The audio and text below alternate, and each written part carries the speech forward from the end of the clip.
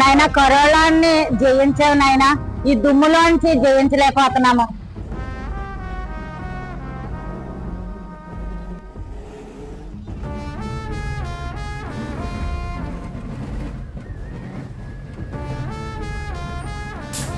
అందరికీ నమస్కారం అండి.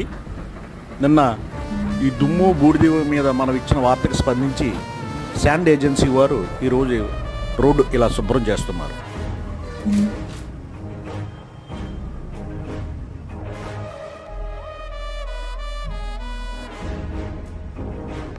సేవ్ మల్లైపేట పేరుతో సోమవారం బంద్కు పిలుపునిచ్చిన స్థానికులు దీనికి స్పందించి శాండ్ ఏజెన్సీ వారు ఇలా శుభ్రం చేస్తుండడం మంచి పరిణామం.